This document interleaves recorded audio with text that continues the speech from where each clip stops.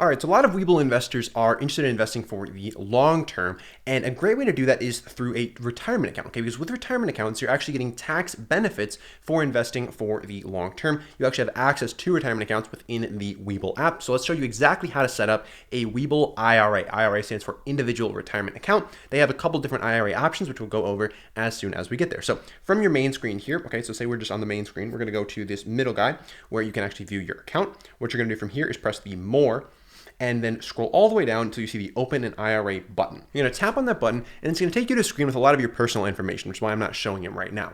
And from that screen, you're basically going to input your information, your social security number, your birthday, all of that stuff, so that Webull can report to the IRS that you have opened this account. Because with retirement accounts, okay, you've got a lot of different tax potentially benefits if you follow the rules, but the IRS needs to know that you are actually following the rules, and they need to know what you're doing in this retirement account. So Webull is going to collect all that information, send it off to the IRS, and the IRS is going to kind of monitor that account, make sure you're playing by the rules. Okay, so the types of accounts you can open on Webull, the main two are either your IRA or your Roth IRA. And so with a traditional IRA, basically what you're able to do is you're able to put money into this account, invest for your retirement, and deduct that contribution from your taxes. So say you put $1,000 into that IRA, you could deduct $1,000 from your income for your taxes. Now, the rules here is that you have to leave the money in that account until you're at least 59 and a half years old. Beyond that point, you're able to withdraw that money. However, you are going to owe taxes on that money as if it was income because you did not pay taxes on it when you put the money in. Now, a Roth IRA, on the other hand, is the opposite. Okay, so you paid taxes on it before you put the money in, so you don't get the tax deduction. But when you withdraw that money after the age of 59 and a half at retirement, then you're not paying any taxes, any additional taxes on that money. So that is the benefit to a Roth IRA and a traditional IRA, and you kind of just decide which one is going to be best for you. Now you have to make sure that you are going to invest this money for retirement, because if you try to take the money out early, you're going to face potentially taxes, potentially fees, penalties, etc.